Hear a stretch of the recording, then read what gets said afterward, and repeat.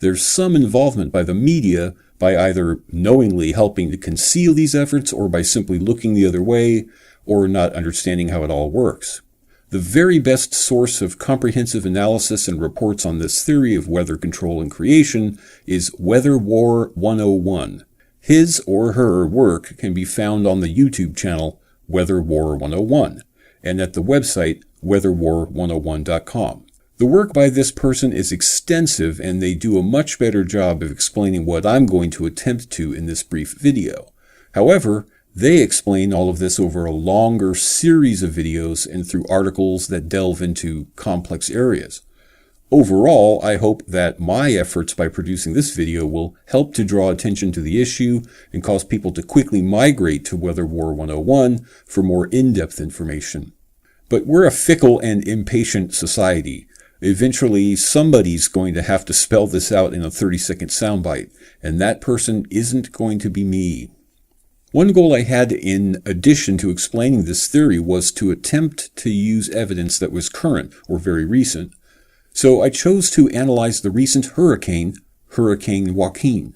Plus, I figured it might get more interest to show how this manufactured weather isn't only mild influence or used to create storm fronts. In this case, a full-on hurricane was created, and I believe it was done intentionally. I will explain that I don't have any theory as to why a hurricane would be manufactured, but that should help us focus on the evidence itself and not attempt to find evidence we expect to find. And I'm sure many viewers or others could or have already determined a motive. Before I lose everyone's interest, let's go now to the satellite footage of the recent hurricane and begin to examine some anomalies. I personally retrieved the individual image files from the period starting on September 23rd and ending on October 3rd. So what we're seeing here is obviously a time-lapse series that condenses 11 days into about 18 seconds at 30 frames per second. The hurricane doesn't really become obvious until about the 11-second mark and forms just north of the Bahamas, northeast of Cuba. It turns out that we're going to take a closer look at Cuba during this analysis. But before we do that, I want to divert your attention to something that will be helpful in understanding how weather is controlled or created. I'm going to show you two very short clips of footage taken at two different power plants. One is a coal-fired power generator plant, and the other, I believe, is a nuclear power plant. Whether the power plant runs on burning coal, natural gas, or the heat produced by nuclear energy, all plants of these kinds must ventilate exhaust gases at times. Solar energy plants also must do this. I don't want to oversimplify the process, but one easy way to picture how a power plant produces energy, in the case of nuclear power, for example, is to first understand that some kind of force must be produced to rotate a turbine. The rotation of the turbine acts as the generator and produces the desired electricity. How a nuclear power plant does this is by using the heat produced by the nuclear processes to heat water into steam. The force of the steam is then used to rotate the turbine. In all cases, steam remaining after being used as efficiently as possible must be vented. In the cases where pollutants are found in the overall exhaust, scrubbers and other means are used to bring the exhaust into compliance with various regulations. The frequency of what they sometimes call steam blowing varies, but often must be done every day. If you live in a large enough city to have a power plant, it's likely to be in a very industrialized area at the outskirts of the city or beyond the city limits. I recall years ago that when traveling east from the San Francisco Bay Area in the direction of Lake Tahoe, for instance, I'd pass through the area of heavy industry. When I happened to be passing through at night, that's when I'd notice the increased exhaust plumes.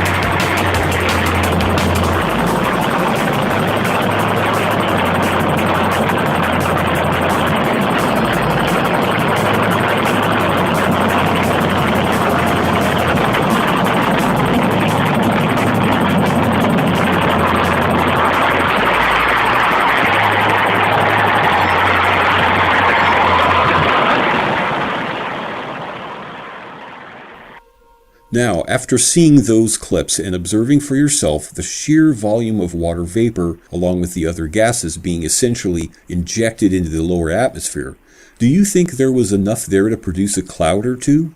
Bear in mind that some of these plants are larger and produce even more water vapor. This is key to the overall theory that the weather is being controlled and created. An essential component of the system needed to do so is this water vapor being produced not just by one, but by many hundreds of plants throughout the US alone. The next absolutely critical component of the overall weather control and creation system is radar. You may hear terms like Doppler radar or pulse wave radar, C-band, polarimetric radar, dual polarization, but all of those terms relate to what's universally known as NEXRAD. That basically denotes Next Generation Radar System, specifically the WSR-88D system. This is a phased array radar antenna, and as you can see, it's pretty big, 12 feet by 12 feet, with 4,352 elements to collect weather radar data. This is my research radar. When installed in the field, a radar would have 4 panels that look something like this. Did you note the enormity of that radar panel and its militaristic appearance? The National Weather Service makes no effort to conceal that the history and legacy of radar in the US and worldwide was the work of the Defense Department. In fact, the existing NEXRAD network of towers in the US and internationally are the property of the Defense Department. Although they do a good job of confusing the issue by interjecting all the agencies that make use of the data, such as the Department of Commerce, the FAA, the Department of Transportation, etc. Because their stated mission is to forecast weather conditions and potential emergencies, few, if any, people in meteorology or related areas have reason to suspect anything else is going on. For God's sake, it couldn't be imagined that the very severe and deadly weather they purport to warn us about could sometimes be their handiwork. They're even seen as one of the more generous departments of government because they make the data they collect freely available to the public. Wow, imagine that. Stuff we pay for being made available to us. What's next? Paying a contractor to build a backyard gazebo and actually being allowed to take possession of and use it? Rather than make a clumsy effort to explain how both the water vapor generation and the radar are combined to create weather conditions, I'm going to play a short clip produced by Weather War 101 that in many ways is a crash course. But be aware that this is just a clip taken from the middle of a lengthier video, and there's a lot to see and absorb taking place. But I think if you look for the markers, pointers, and boxes provided to help identify what's being seen, you'll get the picture. You can always rewind and replay a section, and I encourage everyone to follow the links provided in the description below to Weather War 101's channel and the full clips.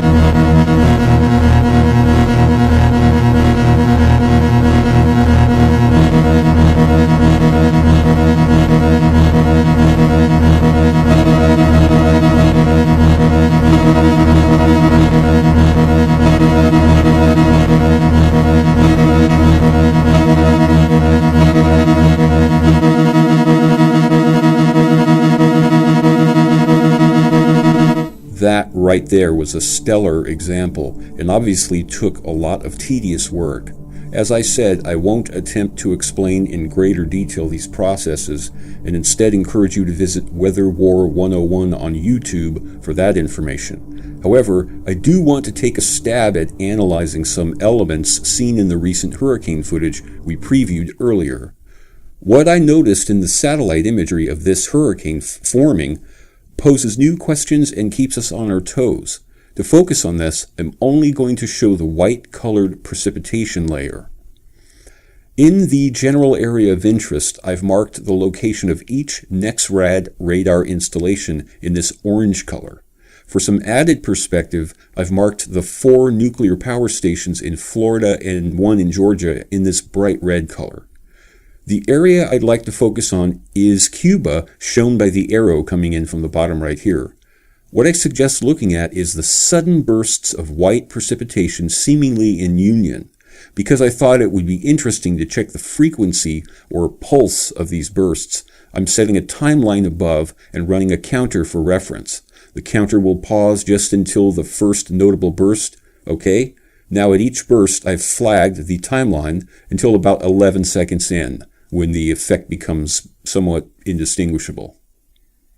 Now that was kind of a real-time explanation, so let's run through those first 11 or 12 seconds again and simply note the bursts and the frequency at which they appear.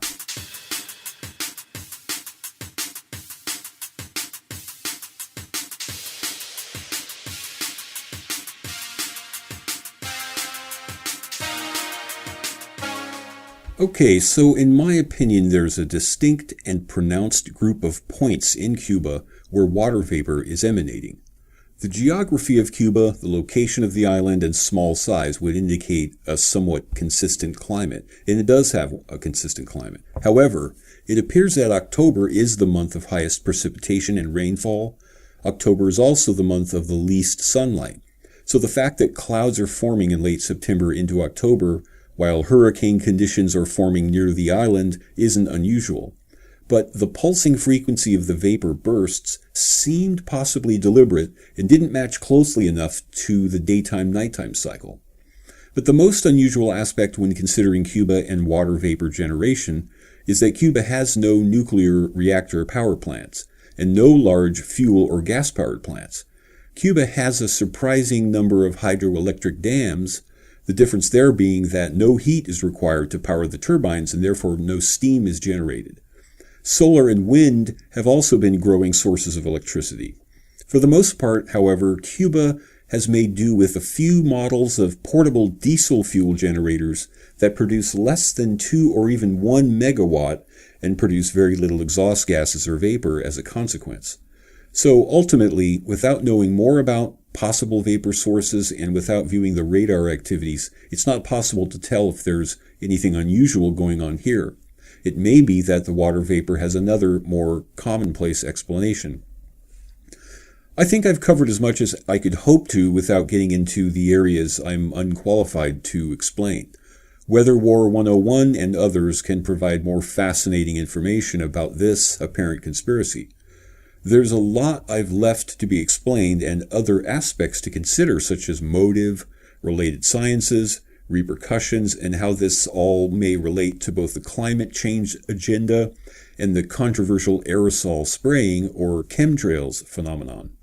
It's very possible that I will produce either a video or podcast on topics like these as a follow-up to this video. Initially, I thought I'd conclude this by giving my opinion on the greater implications of forces in our world controlling and creating weather.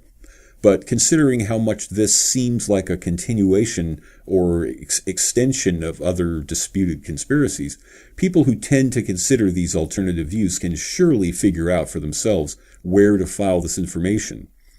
I'd estimate that the control and creation of weather, if it is in fact taking place, didn't begin recently and doesn't target or pose a risk to any single part of life.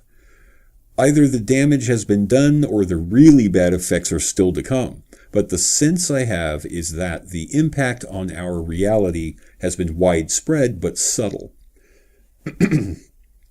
As I've briefly mentioned at times in the past, my concerns have always been more about bioengineering than geoengineering.